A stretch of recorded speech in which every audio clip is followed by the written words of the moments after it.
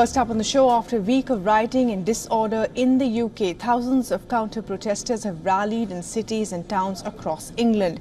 In London, Bristol and Newcastle, where anti-immigration protests were expected, counter-protesters held banners that read, "Fight racism, stop the far right." They chanted, "Refugees are welcome here."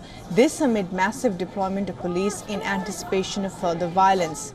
As Post Online warned that the far-right anti-Muslim protesters would target a list of immigration centres, migrant support centres and specialist law firms, prompting many businesses to close early and some shops to board up windows.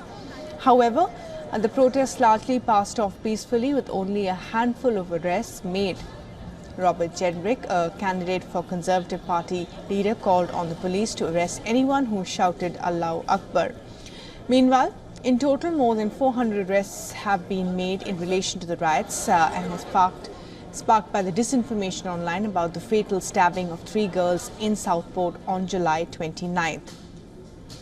Of the people being looked at by the police for their alleged role in disseminating disinformation is Tommy Robinson, a former leader of the defunct anti-Islam English Defence League.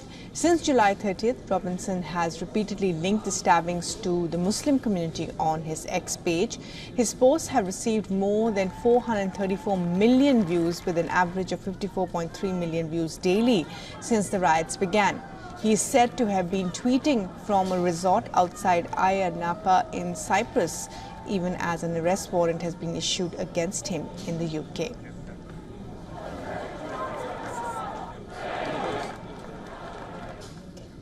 And for the very latest on this, we spoke to Stuart Smith from London.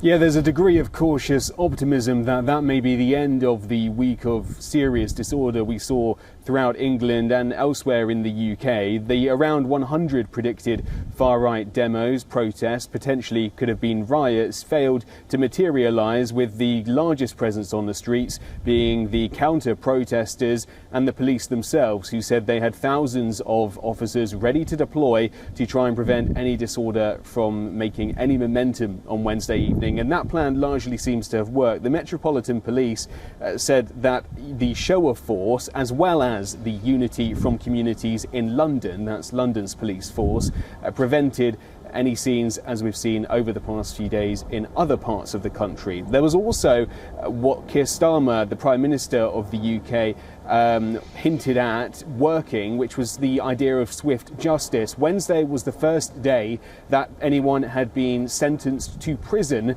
for their role in riots in Southport. The 3 men initially jailed at Liverpool Crown Court received sentences of nearly 2 years up to 3 years, and perhaps that went some way to discourage people, or at least make them think twice about going onto the street. For all the latest news, download the WION app and subscribe to our YouTube channel.